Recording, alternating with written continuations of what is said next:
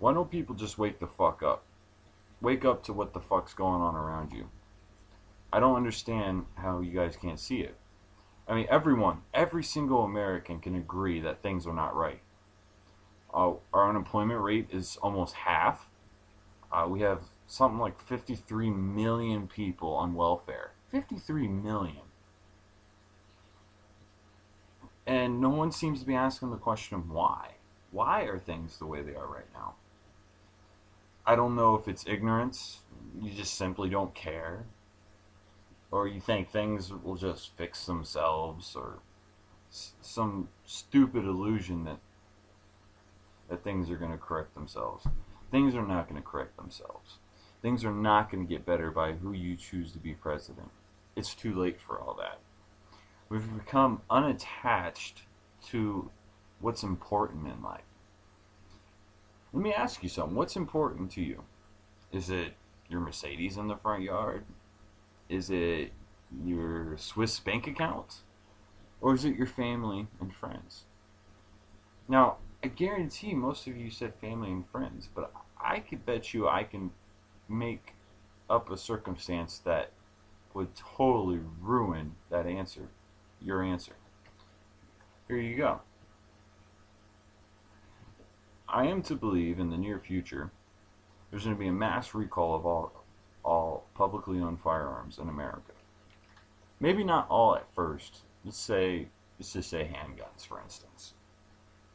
Their argument's going to be that we got police. There's police to protect you. You don't need to protect yourselves. This will cut down crime rates. Well, any genius knows the criminals are going to still get their guns.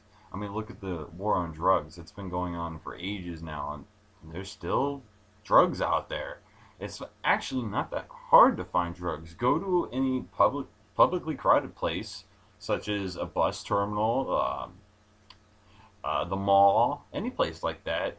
Look for some shady guy by himself, and say, hey, you got a bag of weed? I guarantee he'll have a bag of weed, and he'll sell it to you. The war on drugs is the biggest joke I ever heard of. It's such a big waste of money. But anyways, they're gonna recall these firearms, and let me assure you, the criminals will still have their firearms. But now the innocent people that would normally be able to protect themselves no longer have firearms, and this is going to appeal to the criminals. No longer are they going to hesitate to rob that house because that person might have a gun.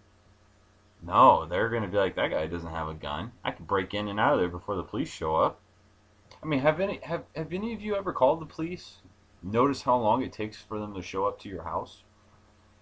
If someone broke into your house and you picked up the phone and called the police, I guarantee it would take, at the bare minimum, 5 minutes for them to show up. And let me tell you, most house burglaries last less than 5 minutes.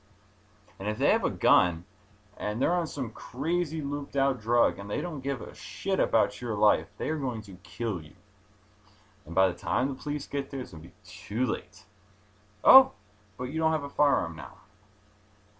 So, I digress. The point I'm getting at is, so say they mass recall all these firearms, and you had a neighbor who owned a lot of firearms. You've known him for years.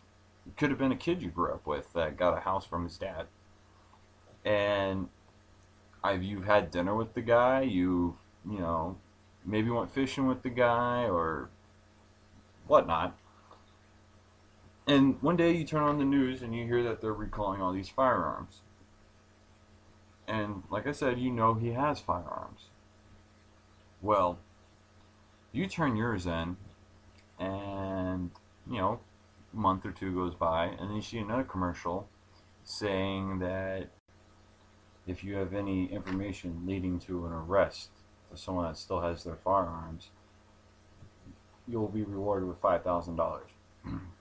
I guarantee that most people would call and turn in their neighbor. Now keep in mind, like I said, this is a guy you've known your whole life. You would have called him a friend. Yet you just turned him over for some paper money. Well, many things can happen from this. Say 2 weeks later, after you turn your neighbor in, some guy does break into your house.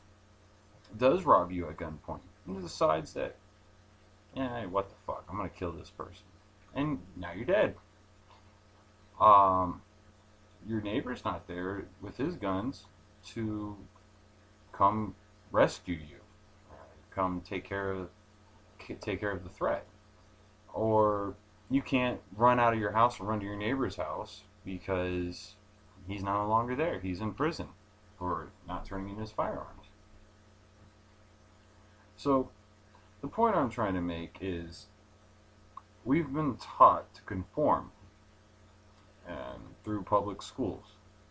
We're taught, just like I said, we're taught to be in a small room with one authority figure telling us what's right and what's wrong, and we get punished if we act out away from the rest of the herd, if we become the black sheep.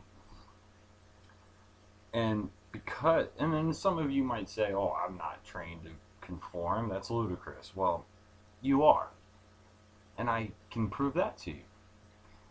Have you ever been in line at the supermarket, or no? Let's go further back. In line in school, and someone cuts you in line. I bet it really grinded your gears. But you start telling your friend, look at this guy. Who the fuck do you think he is?